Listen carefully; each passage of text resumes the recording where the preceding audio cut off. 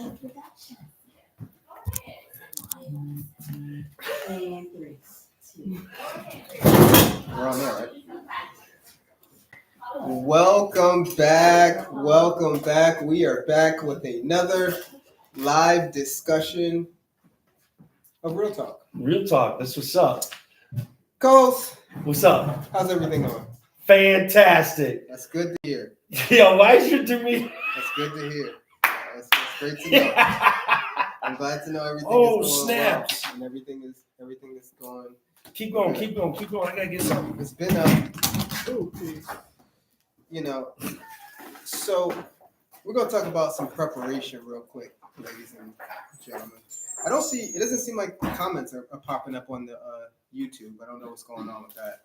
But anyways, when you're prepared for things, you can handle whatever's thrown at you, no matter what. You're just able to just pivot and move in life. Nice. Yeah.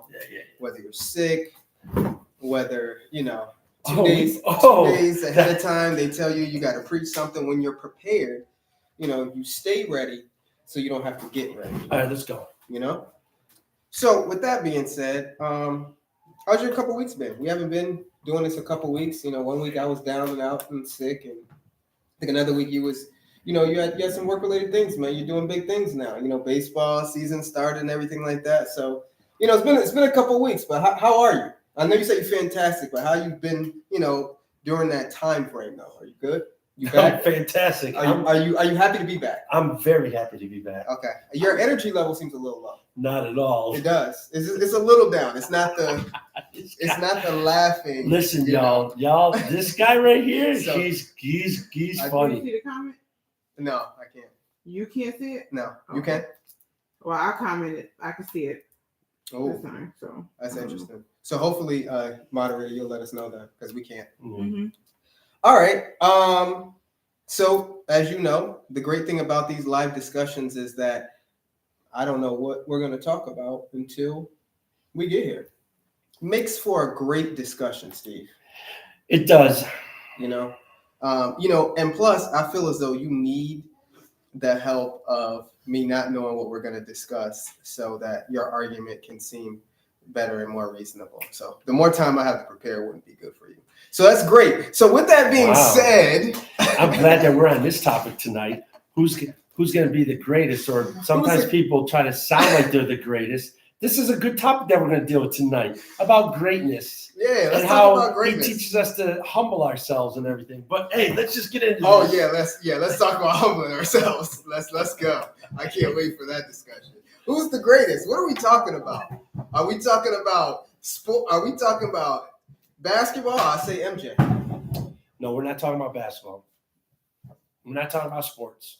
Who's the best disciple? I pick Paul. No, that's a good point to bring out. But we're here to talk about the ideology behind greatness, the thoughts that people tend to have that lead them to exercise certain characteristics or manners because of the thoughts they have regarding or what's regarded as being great or being considered the greatest. Of course, whenever the discussion happens when it comes to, let's say, sports, they always have to bring up statistics or achievements, things that have been accomplished to identify someone who is considered the GOAT, the greatest of all times. Yeah, you got to have some metrics. Have to. So a lot of times that ideology finds its way into the church.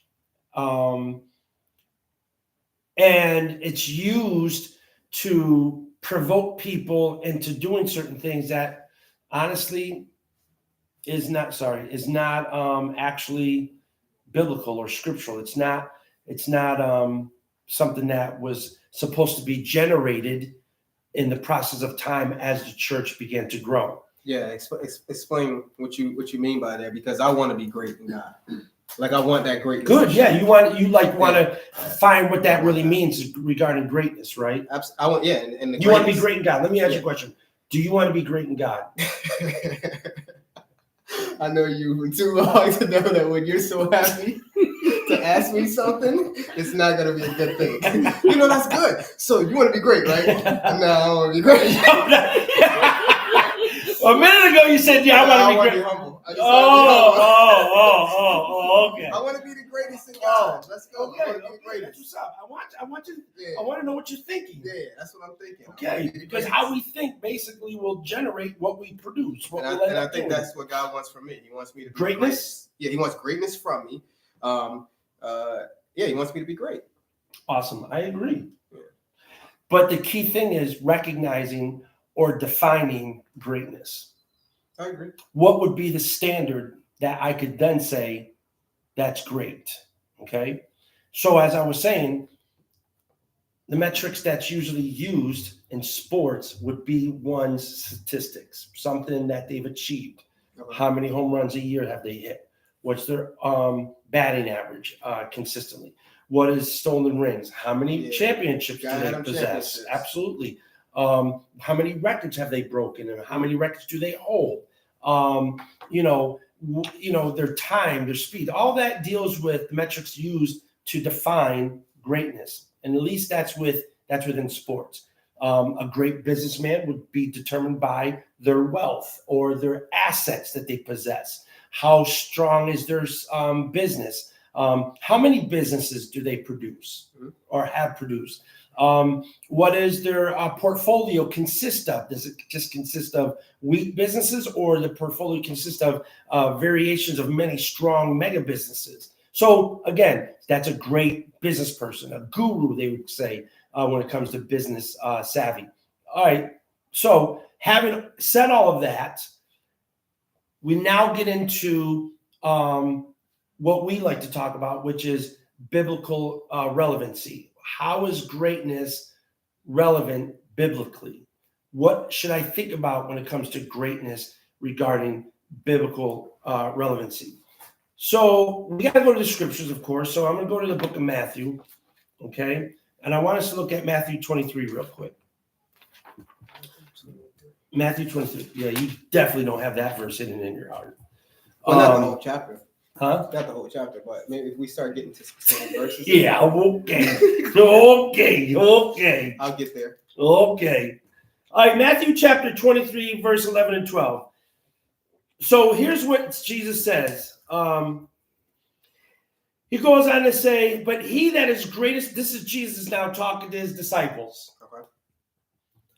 But he that is greatest, so he uses the word great in referencing greatness. But he that is greatest among you shall be your servant. But whosoever shall exalt himself shall be abased, and he that humbleth himself shall be exalted. Right. Okay, now, just right from there, just there alone, let's just think about this for a second. Jesus is talking to his disciples, and he uses the word greatness. Why would this be necessary for the Son of God, the Messiah, have to address his leaders, his future leaders of the early church, to recognizing what is greatness? Okay? Why would he have to say, you that are going to be the greatest shall be the servant of all? Okay? What is Jesus actually after? Is he after trying to make them great, or is he trying to help them to comprehend logically what they should be striving for? Should they be striving for, quote unquote, greatness? Or should they be striving for what he says here, if he that's going to be the greatest shall be the servant of all? What is he actually trying to get them to strive for? Okay? Because as disciples, if I'm a follower of Jesus, then if Jesus is my example, right? Mm-hmm. Then I should think about, what did he strive for? Did Jesus come to earth, and did he walk, among people talking about how great he was, or let them know that, listen, I can do X, Y, and Z? Or did he demonstrate something else by having that as an example, wanting to equip his disciples, his leaders, and the church following to strive for servanthood? You with me? I'm with you. So again, I want to ask you a question. Do you want to be great? Yeah, but I also think Jesus too is looking for that next person that he can pass the torch to. What torch? What is he looking to When pass on? When he's asking I want to know what he's. who's the greatest Yeah. among you, like he's getting them to see, like, once I'm gone here, like Futuristically, he understands he's going to be Absolutely. out of the picture. He understands he's gonna be out the picture, and so he's just making sure that they understand, like, when I'm gone, Look for that next one, huh? yeah, the next person who's gonna lead them and follow him, follow his path correctly. I like that. But there's gonna be somebody who's setting the tone for everybody. Sure. So he's looking for the That next greatest. great one, huh? Yeah. Yeah. Okay. So No. Or- Somebody said something. No. Oh, all right. Let's go to Mark. Let's go. Let's expound on this thought process that we see here in Matthew. Let's go to the book of Mark, the 10th chapter. Okay. Yeah, and I think that's why the disciples are asking too. Like, they want to be able to be that next thing. I want you to think about that. So you're making it sound like, the disciples also want to see what, how we're going to get into that next phase. Yeah. Okay. You think that was a good thing for them to ask or a bad thing for them to ask or think? I think their intent was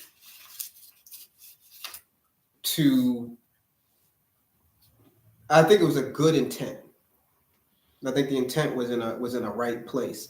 They're trying to, if this is my example, then all right, example, I want to be like, out of everybody here, like, I want to be the greatest for you. So what do I have to do to be the greatest? Okay. So I think the intent is good. Okay. Let's look at Mark chapter 10. The verse I actually want is between verse 42 and verse 45. But in order for us to have proper context, I'm going to start at verse 35. Okay. The verse I actually want to deal with is found in verse 42 to 45. But to get the proper context, I have to start a little bit earlier and begin at verse 35. So this is what it says. It says this.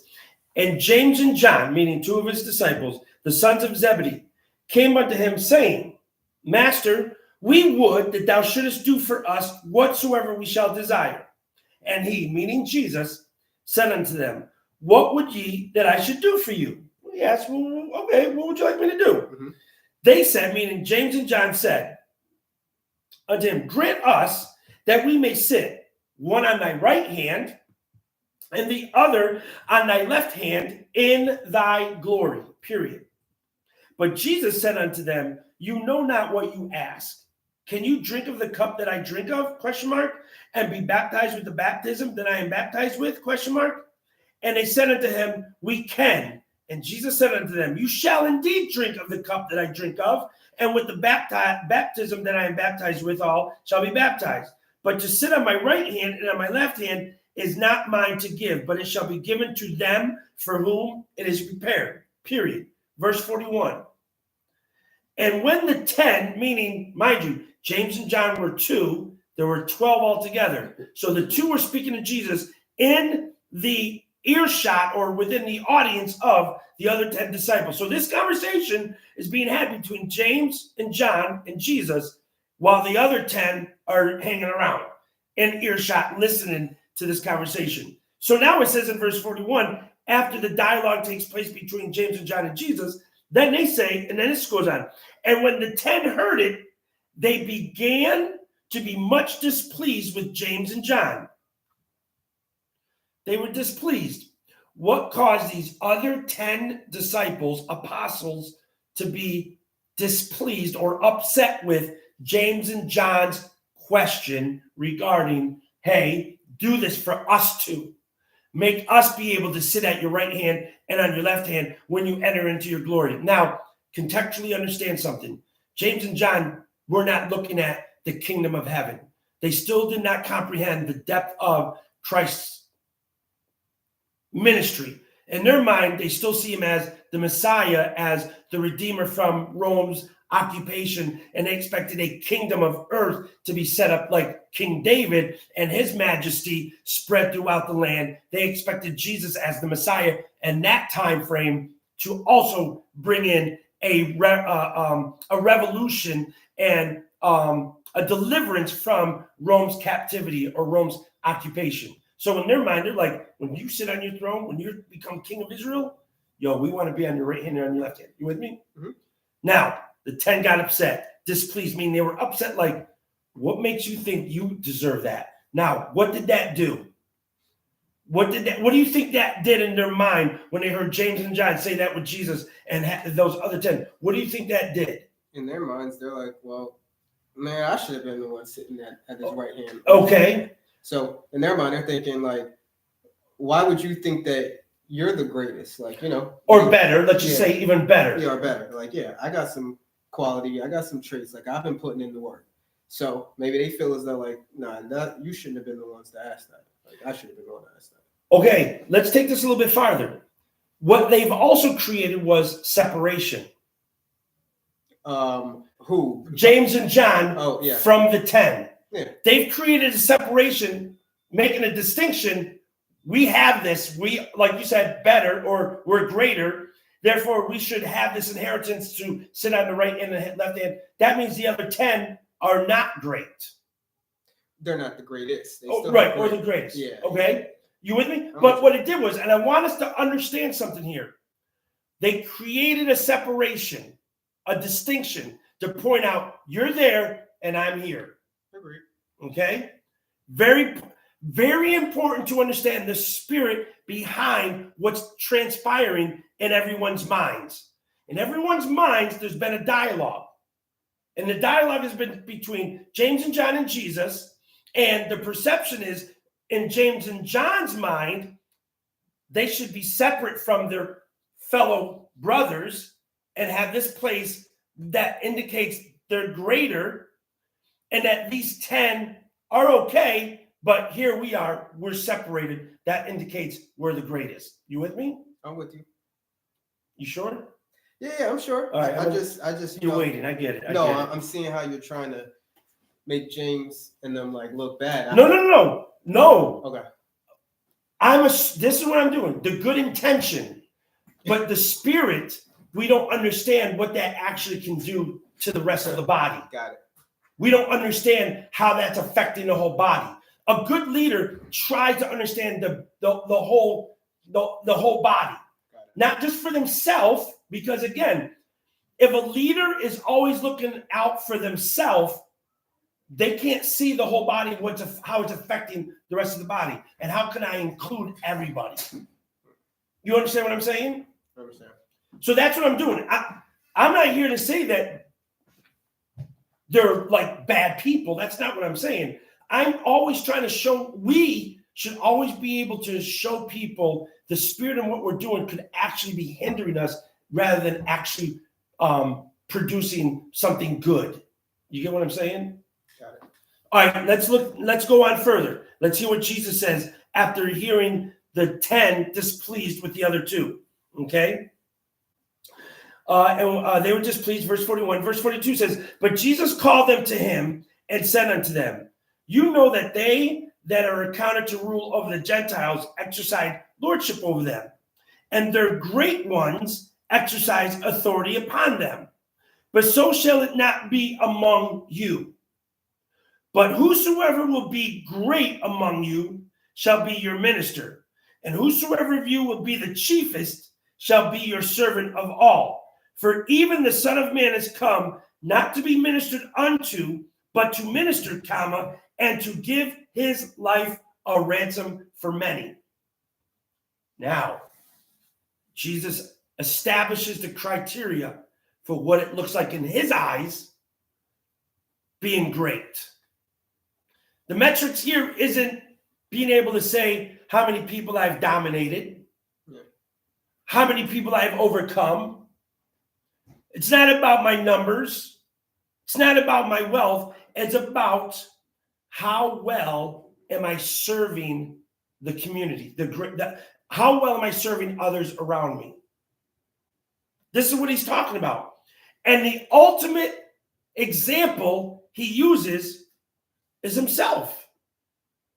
He says, the Son of Man came not to be ministered unto, but to minister and to give his life a ransom for many. What say you? No, that was good. That was nice. You know, when I was listening I to you love go, this. I love this. I love his puns where he says, "That was nice." no, it was. What I'm still seeing and hearing is a Talk to metric. me. There's still a metric there for establishing greatness or establishing greatest. And it's I believe you said, "Whoever be the greatest among you shall be the one who serves." Yeah. Right. And so, well, in order to serve, then you need people in order to serve, because he's not addressing serving yourself. Correct. Correct. So then there's still a metric. Stop touching that. There's still a First metric. of all, yeah. There's still a metric in which greatness is being defined, which is, it seems like, and maybe you can correct me if I'm wrong, like, you know, how many people are you serving? Like, the greatest among you is the one who's out there serving. Like, you got to reach a lot of people. And maybe James, you just inserted that word. I wasn't okay. finished talking.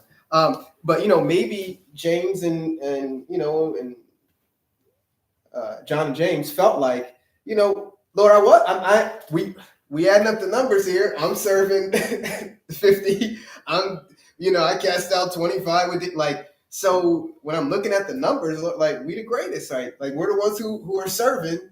Like, you know, so I'm just saying, in order to serve, there has to be people that you're serving, and maybe they tallied up and said, hey, we the greatest. When it comes to that, like, they wanted to know, like, how is it defined, you know? And maybe they were just trying to get more clarification. Like, if I got 20 and they got 15, then wouldn't I be like the greatest? They're still serving you, Lord. They're still doing what's acceptable. But it just seems like I'll be their leader now when you resurrect. So I'm gonna push back on that, because there's not a metric. No, what I'm going to push back on is not the method that you just used to establish the metric. Right. I'm going to talk about. I'm always talking about the spirit in which something is done. Okay, meaning numbers can be convoluted. What I mean by that is, just because you have a lot of numbers, that doesn't mean you've served. And I don't think Jesus is applying this metric to say, you've served 20 people and they only served 10, that makes you greater. I think the ideology behind it, because what he does is he ties in how often the outside world uses their authority or their title to get influence for themselves. Look at what he says, right? I'm listening. So this is what he says. He says, you know that they which are accounted to rule over the Gentiles exercise lordship over them, and their great ones exercise authority on them. So he's using what the outside world tends to practice, I guess I would have to say, when it comes to their title or their position. Authority is position. Lord is a title. So what he's showing them is, oftentimes when people, they get it inside their head that now that I'm at this status, now it's for me to utilize my status for myself. I exercise authority. I have them serving me. What Jesus is saying is, he's not telling them that they're wrong, like they're bad people, but that's not how you measure greatness. He's measuring greatness by how willing are you to serve others? How willing are you to continue to lay down your life for others? How willing are you to spend the time that isn't for yourself, but is for the use and the good of other people? How often are you willing to do that? And it's not accumulating numbers to say, hey, now I'm the greatest. I don't think it's the sense of accumulation. I think it's a sense of a spirit. What's your mindset look like? Because if you're about serving and your ultimate example is Christ, he laid down his whole life, and yet he didn't have to do that at all. He chose that for the good of others. So his mind isn't even looking at the numbers. His mind is looking at the spirit in which something is being done. He's laying his life down. And he even tells his disciples over in the book of John, some of y'all remember this story, when he was telling his disciples, I'm about to wash your feet, right? Mm-hmm. And as he begins the process, he begins to get water, grab a rag, he begins to wash the disciples' feet. Peter said what? Peter said, oh, you like quizzing me. He wanted his whole body, right? Wash. No, Peter didn't say that. He wanted his whole body. Don't just wash my feet, Lord. He did say that, but first he said what? Oh, okay. See, I was right. Y'all laughing over there. I'm And I laughing was because you're correct. jumping. Yes, you're correct. There we go. But what did he say first? He basically told him like, you shouldn't be washing my feet. Like, you great. You can't. I'm That's- paraphrasing. You're way off base. Okay, he definitely didn't say that. He basically said, "No, you can't. I'm not going to have you wash my feet." And why not?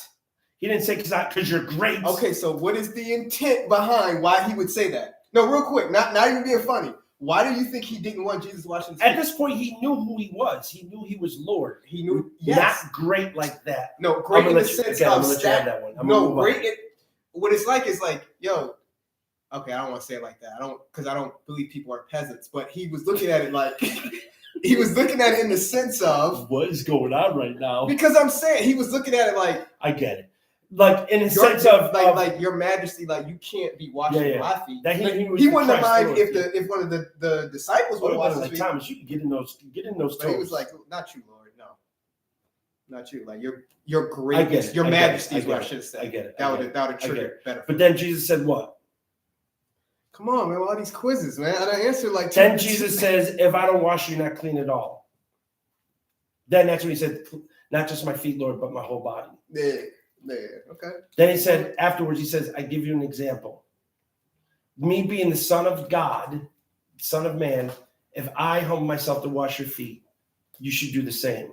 This is what's going to happen. This is the way you're going to serve me. You're going to serve me by serving others the way I just served you by doing washing your feet. But that was like a literal thing. It was just like a. But he did wash their feet physically. Yeah. But what he was using is symbolically to show that if you know I am your master, because he does say that. Yeah. He does say, if I being your Lord and master wash your feet, right? Mm-hmm. Then he always says, isn't it the greater, how do you say? Oh, let me. We're using the word great, which I was laughing. No. You're using the word great, which I was laughing. Hold on. I gotta You get use that. master, I use peasants. I was laughing. The correlation This is guy, there. This guy. I'm just saying the This correlation is there. This And y'all guy. laughing. This guy. Master, peasants, great. This guy. I actually got to find the verse now. Dang.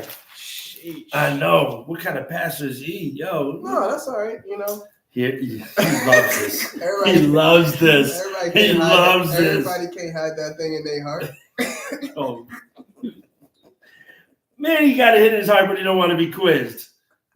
Nah, you always quizzing too, intentionally. Where is that verse? Moderator, look that verse up for me, please. What verse was he saying? Where Jesus washing their feet. Are you sure it's gonna go away? It's in John. Yeah, watch me be all wrong now. John 13, 1 through 7. Thank you. Yeah. Okay, here we go. John chapter 13. He goes on to say, verse 12. So after he had washed their feet and had taken his garments and was set down again, he said unto them, Know ye not what I have done to you? ? You call me master and Lord, and you say, Well, for so I am. If I then, your Lord and master, have washed your feet, ye also ought to wash one another's feet. For I have given you an example that you should do as I have done unto you. Verily, verily, I say unto you, the servant is not greater than his Lord, neither he that is sent greater than he that sent him. If you know these things, happy are ye if you do them. So he's going on to show them, again, if you know that I am, like you said, the greatest, right? And I humble myself and I wash your feet, understand the application here. The mindset I want you to have is understanding greatness is not found in your numbers. It's not found in titles. It's not found in all this other stuff. It's found in, are you striving to serve people? Are you striving to serve people? Are you striving to help humanity in their weaknesses, on their fallen places, and their struggles? Are you striving to be a helpful hand to humanity? Are you willing? And you're saying that in the context of wanting to strive and go after God then would prick your hearts to want to do that with mankind. It will be that. Yeah. It will be that. Not just the statement that, are you serving man? Are you correct? It's not like thou shalt serve man. You know what I'm saying? Yeah. That's what I'm saying. It's a spirit. When I say spirit, I say what I mean by spirit. I don't mean an entity comes upon you and you start striving to be that. No, what happens is by the indwellingness of God's presence, Your attitude is to strive. Your mentality is to strive in wanting to serve humanity in ways that they need their help. Doesn't mean that you allow people to take authority over you and demand you to go do this and go do that. That's not what we're talking about. That is not the mentality that we're called to. Meekness is not weak at all. Meekness is not you just allowing anybody to throw their stuff on you. You go do it for them. Servitude, or the mindset of a servant is knowing your rightful place, knowing what you have in God, knowing who you are in the Lord, and not allowing that to keep you from serving. But because of that, it produces in you a heart, a striving. I want to help humanity. I understand how much God has done for me. Why would I not want to help humanity? When I have the ability to do it, why wouldn't I help humanity? When I understand what God has done for me, why wouldn't I want to help humanity?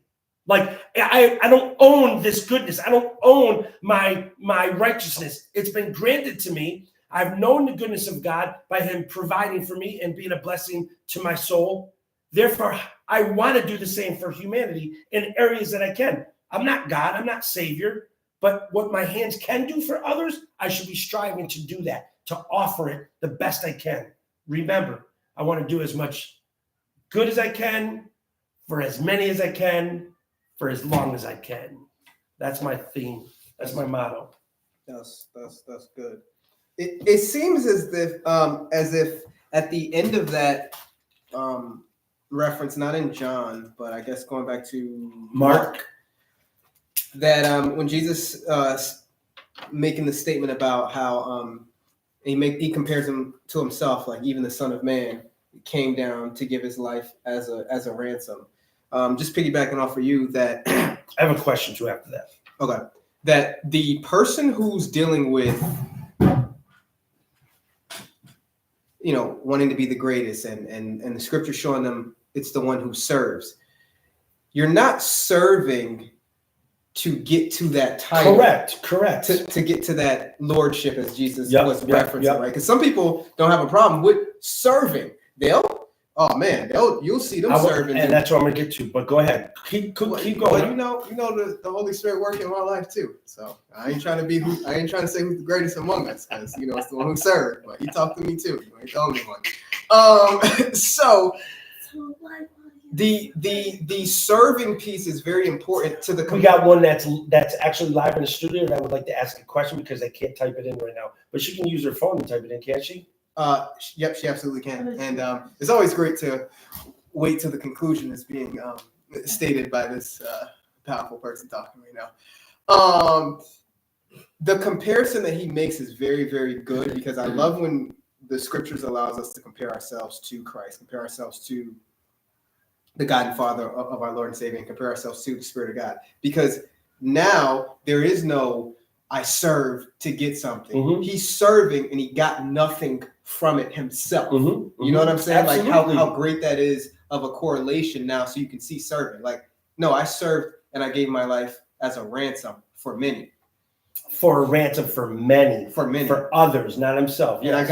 And I got nothing for it. Mm-hmm. I didn't have to, but I still wanted to. And this is the spirit, the disposition, the mindset that you should have. So now when I'm thinking about serving, I'm now serving in a capacity that says, I'm not supposed to get anything out of this. Mm-hmm. I'm supposed to strive for the benefit of humanity, because that's what Christ is doing there. You're lost. You're dead to me. I'm trying to make you alive. I'm here to find you. I didn't come for condemnation. I came to save you. Right. And here I am now serving, and I'm not looking for anything in return, which correlates then to, and then I'm done. You don't loan to look for something back. That's what the world does. Tax you on interest. I'm not looking to forgive. Like, I'm not looking to have something owed back to me. Like, you're doing this out of genuine love and care for this person. Like, this is now another level of serving, and you kind of see it consistently, that you're not supposed to look for anything in return, but for the benefit of humanity to grow closer in God. What's CCA's working definition for love? The outgrowth of oneself. No, that's ministry. Love. The working definition of love. Yeah, because if I say it, you'll know it. Ministry is what you just quoted, our working definition for ministry. Ministry is the outgrowth of oneself. Yeah, I don't know what that was. Maybe that was The sacrifice. The sacrifice. The sacrifice of oneself for the good of another person. Oh, okay. That has always been our working definition at our church, anyways. No, how many times did you repeat that? Plenty of I times. don't remember. Yeah. Ministry one, I remember, but The love is the sacrifice of oneself for the good of another person. So, I mean, that is what you literally just defined in regards to Christ's example. Yeah. You know what I'm saying? All right. So let's take some time now to answer a question or to. we can answer the question, but also unpack now the spirit that's in the church that, like you just Got said, it. people Let's will go. serve. Let's go. And People will serve. and it start from the pulpit on down. Yes, people Yeah. will serve, but there's something driving that service. Let's go. Jesus is trying to pinpoint what's driving your service. What's actually driving your service? So, what is actually driving your giving? Let's just start there. What is driving your giving? Like when man uses the verse in Luke about, give and it shall be given unto you, pressed down, shaken together, and runneth over shall man give into your bosoms, right? They act as if that verse was pertaining to you giving at the offering plate. I've never heard anybody say, other than myself, just saying. No, you're definitely the greatest among us. That I never said. That I never said. That I never said. I only heard me say it, but no, Lord, I'm humble. Go ahead. Respect, right? But no, honestly, I've never heard anybody use that verse that I just quoted in Luke. Give and it shall be given unto you, pressed down, shaken together, and runneth over shall men give into your bosoms. The only time you hear people using that verse is when it's time to give offering, because they're trying to drive you in thinking to give. And the driver that for them to give is having the pressed down, shaken together shall men give into your bosom. Jesus was not talking about the offering time at all. He was talking about the spirit of one's purpose of giving. You want to help mankind. Your giving is what you're doing when nobody else sees. Your giving is when you're doing it because you see somebody else is less fortunate than you and you're helping out. And when it says, and men shall give into your bosoms, is referring to the kind of reputation you will start to have among others in your community, that they will see you giving all the time, that in your time of need, they're going to end up giving to you. Or maybe God will send somebody your way at a time when you're in need that you didn't even know that was looking out or is about to look out for you and blesses you. When we say man shall give into your bosoms, isn't something that is like a slot machine. I give into the plate and I pull a slot machine and all of a sudden it hits triple doubles and God sends somebody, some rich millionaire to give you, all this money. Can he do it? Yes. But if that's what's driving your giving, you're missing it completely. So when it comes to giving, what's driving your giving? Is it because you actually are concerned about people's needs and you're not worried about your own, because you understand my own needs shall be met by God himself. My own needs, but my God shall supply all your needs according to his riches and glory by Christ Jesus, is not a unconditional verse. You can't quote that if you're not giving to people and being a blessing to people. The only reason why Paul was saying that to the church in Philippi is because he saw their passion of wanting to contribute to helping the poor saints over in Jerusalem and the poor saints in their own city, trying to help out people along the way. And Paul then says, but my God shall supply all your needs. So in my giving, I'm not thinking about how I can hit it rich. I understand that I'm already blessed, and my giving is because I want to help other people. Somebody who is less fortunate, somebody that might have a situation that was unexpected, and I can help out there. I understand the God that I serve is going to provide for me. That's what's driving my giving. My giving isn't from a spirit of, I want to be a millionaire next year. And if I'm going to be a millionaire next year, I'm going to give, and I'm going to give to the church, and I'm going to give to the pastor at the anniversary, church anniversary, pastor's anniversary. I'm going to give to the televangelist on the that's calling out for the $5,000 line. That's nonsense, people. You hear me? I'm going to say it again. That's nonsense. You have no spirit of understanding what it means to be a servant if that's what's driving your spirit to give, is because you want to be a millionaire next year. That's not the purpose of the gospel. I don't care what anybody says. That is not the purpose of the gospel. So now let's get into titles or positions in the church. People will serve so that they'll have an opportunity to be in position to the one that they're serving. In their mind, they feel like they're the next in line. Let me serve this dude. Let me serve this woman. Let me serve this man. Because as I'm serving them, when I get to that status, what's going to happen? What do I expect? Oh, I expect to be served too. I expect to be served as well. That's the blessing from That's the fruit serving. of my labor. Yeah, that's It's the fruit of You my labored labor. Man, I labored for that, Put in man. the So work. when I get up there and wear my Somebody long else gotta put in gowns the work. and I wear my clergy robe that costs $5,000 and I put it on and I got people talking my name, look at Bishop so-and-so, look at Apostle so-and-so. That's your reward. Literally, that's your reward. That's your reward. You'll enjoy it because after that, there's nothing else. And the quote-unquote feeble widow that you took advantage of because her spirit was driven to serve God in the kingdom of heaven will be like a giant. Yeah. Will be a giant. Now, a lot of people could care less. Honestly, I can't wait to see what heaven is going to be like in the sense of you're going to have a real experience. Heaven is not going to be some kind of bliss where you don't like it's incomprehensible and you're just kind of like in like what do they call it? Well, The no, you ozone, the You still what have Twilight your Zone. mind. But what I'm saying is, like, people be like, "Oh yeah, okay, that reward's going to be great." I think that no, let me strike that. Let me strike Were that. you like Paul and you went to the third heavens and you know what's going on? That's what I'm saying. Let me strike that. Let me It strike ain't gonna that. be like that. I'm telling y'all. I've been there in a drink. You write a book, man. You'll make money. I don't believe that your experiences are going to be any different up in heaven. What I mean by that is the experiences are going to be conscious, but it's not going to be like an earthly conscious. It's going to be a heavenly conscious because Paul mentions that you're going to have the awareness of that, but your consciousness is going to be so enlarged. And I believe the enlargement, you're going to sense the difference between how in heaven, what you did on earth, you will sense the gap of, I could have done more on earth. I could have been a greater servant. I could have been, and you will carry that. You won't carry like sorrow, but you will sense for eternity the difference of what could have been and what could have had if I was a better servant on earth. You get what I'm saying? Kind of. All right. It's leading us in a I know, bad kind of like in conversation. a vague area. I Yeah. respect that. I respect it. But I'm just sharing. So don't. I do like the point of addressing what's driving your serving. Is it what you're used to? Was your mom in usher and eventually she worked her way up to the usher board and now you're like, okay, I want to be a like. What is the actual driving force behind when you're saying that you're serving people? That you're out there preaching the gospel message. Like, what is the driving force? Is it to be known? Is it to get to notoriety?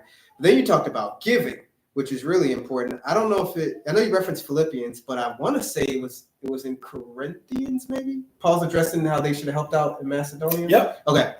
He said something that convicted me heavily about giving. And probably should have seen it, but he told them how, I think this was 2 Corinthians, not 1st. He told them how their giving was an act of love. Mm-hmm. Like your giving was an act of love to this, like, brother, like to those people out there. Like this was a gracious thing and it was an act of love. And then it broke down Actually, not Corinth. He was rebuking Corinth of the other brethren who were giving as an act of love. I think because I think he was telling them because Corinth had all of the gifts. No, but he was telling them that they should be giving. Oh, yes. Because by giving, Yes. Oh, that I'm sorry. shows your act But he of was love. rebuking them because they were not giving. Yeah, and he told them like y'all gave these people this like I basically told them that their child was gonna take care of them. Yep. And now they're Yep. like, yo, I need you to cash in. But what dawned on me so much that was convicting was because a lot of times, we use the word love, and you just talked about how it's the sacrifice of Oneself for the good of another person. That's the spirit of love. and he was trying to get them to see that, like, yeah, but that's got to be in some form of a demonstration. So whether it's laying down your life for a friend, like no greater love than this. Mm-hmm. Then he was telling them, in your giving too is love. Mm-hmm. Because as you talked about, what is the intent? What's the spirit behind? The giving isn't so you can get something back. You wouldn't see giving as love then. But if you're giving for the sense of, I can help somebody else who's going to push the ministry, or I'm Yeah. helping somebody else who can grow in something of God, or I'm loving my neighbor, I'm Yeah. loving when you have that sense of driving your serving, then that does become an act of love versus an act of, selfishness. If you're serving in that capacity, then it's not serving. Like the driving force is you. You can't be the driving force. Here's what cuts right through the spirit of what you just said, which is found in Corinthians. Okay, here's what he says: it is more blessed to give than to receive. Yeah. Again, even in your giving, you're still looking to receive. That's what the driving point is in your giving. This when you hear a preacher stimulate your giving by giving you promises of blessings tenfold and hundredfolds, he's provoking you in the wrong spirit.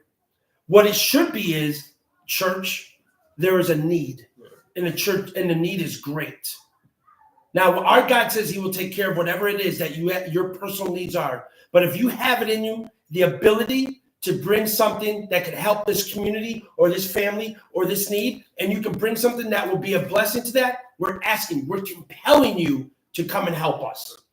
That should be, and if your spirit is where you want to serve, you'll be driven to want to see that effort you're making is helping another family. It's not contingent upon you thinking about, God, I've given you this now. I expect you to give it in return. I'm expecting that's not the spirit that should be produced in the church. It should be a sense of, listen, church, we got a family member who is in crisis mode right now. If you can bring something that can alleviate some of that struggle, they're going to need clothes. They're going to need money. They're going to need food. They're going to need transportation for the next 2 weeks. Can we do some kind of carpool? I mean, whatever it may be. And giving to push the ministry as well, too. I believe that there was references of giving so that so that they can preach. Yes, but I'm just using it but as, I know that but yes, so if the compelling is, guys, listen, we have a missionary in a field, right? And right now it's a struggle for them. What can we do to help? Your heart should be like, I'm not looking for nothing else but that missionary to be still stationed there to keep bringing the gospel or to continue to support the needs that are going on in that area. You know what I'm saying? And their presence there is making a difference. Their presence there is destroying the works of the devil in that area because of their presence. Let me do what I can to help that presence exist there. You know what I'm saying?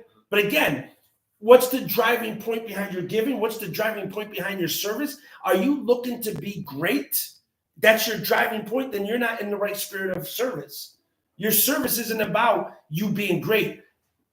I'm not going to tell you that God can't elevate you, because he can. The Bible says, humble thyself in the sight of the Lord, and he shall exalt you in due time. That means there'll be something about you that will be recognized. You'll be seen in a different light. But that's not why you're doing it. You're humbling yourself so that you can commit yourself to the work of God. You're always thinking in your mind, I'm not going to let my right hand know what my left hand is doing. I'm not going around bragging about what my right hand is doing to my left hand. I'm not telling other people, man, look what I did. When a preacher gets up to tell you how much money they have given, how much they've done, all this stuff, and they keep repeating themselves over and over again, I would have to wonder, why are they even there? Yeah. You know what I'm saying?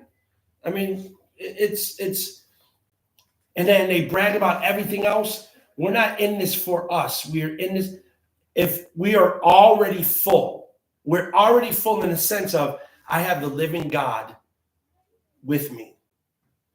If I understand I have the living God with me, and I understand what he has done in my life personally, and personally, he has set me free. Personally, he has redeemed me. Personally, he has renewed my mind. Personally, he has blessed me in spite of myself. Personally, he has forgiven me. Personally, he has helped me to overcome. Personally, he has changed my mind. Personally, and he's done all this out of his own goodness, not because Steve Foreman is a superstar. By no means at all. It's because of his goodness. And me understanding that, me experiencing and witnessing God doing that, in spite of I know who I can be at times and how things could be in my mind and heart, he still blesses me. It turns my attitude around to think about, I need to be the same towards humanity. I need to carry that same light to other people. And that's what's striving. Yes. Will serving always show as like Is this your question or somebody? my question? Oh, okay. Serving will serving always show an act with a message? You mean Or- is or if somebody's in- preaching a message, is that serving? I'm trying to Like, clarify. Go ahead, sister. Like, you're helping them, you give them a track, or can also serving be showing up for that person, Showing up how. showing up for, like you said, they may have a need, Yeah. Yeah. Yes. they may need a ride. Yeah, there may not be a need message that- groceries, like It just may be money to take care of them that shows that I love you and I care. So the serving is still, I know that you're creating the image likeness of God. I know God has a care and want for you. Well, every person who's creating the image likeness of God has basic needs: food, water, clothing, a shelter. So if you're saying like, do I always have to preach to serve? I would say no. However, eventually, want that to be the goal. there's something that's driving you to do what you do, and they need to know what that source is so that they then can reciprocate the same thing. So no, it doesn't always have to be in that moment, but the believer will you're going to want to talk about God. And understand that evangelism, your giving is not evangelism. It can be the prelude to evangelism, but it is not evangelism. You have to articulate the message of God. You have to articulate the message of Christ. But your giving, your kindness, your service, all can be a prelude to eventually have somebody evangelize or have somebody witness to or have somebody hearing the message of Christ that can help them recognize, as Jack just mentioned, that this is what the driving force is in me doing for you. It's because of the love of God compelling me. I have a passion to helping souls because the love of God is compelling me because of the love he's had for me. And so that's why it is still service. If in your giving, you're caring, you're showing up for somebody, and it could be just showing up for them to just listen to them. And they're just having a bad day and they just want to talk. You being there for that person could have literally helped somebody get through that day by just unloading on you. Now, you carry that to prayer and recognize that, God, this person's opened up to me and I want to be a light and help me to be able to still be compassionate. I know they're doing some foolish things. I know they're still hurting themselves, but I'm there for them. And, it could eventually lead to a conversation. Gotcha. Agreed. I think this has been a great discussion, great topic. Who is the greatest? I think it allows our hearts and minds to go back and see what is really driving our serving and what is really driving us. And hopefully that we'll see that it's Christ who laid down his life as a ransom for many. And that's the type of spirit and mindset that we should have in all types of acts and services, and to preach that message about his death, about his burial, and his resurrection. So if you enjoyed this, please go over whichever platform you're on, please go over to the Righteous Unity YouTube channel and make sure you subscribe to the channel. We've been seeing some of the comments, loving the comments, but make sure that if there's a specific topic you want to talk about and you're like, man, I really wish that they addressed this, hit us up, please, and we'll get to addressing that topic, because we really want this to be interactive. We know the content is good, but we really want this to be more interactive. So see you next Tuesday, 7:45 p.m. God bless. God bless.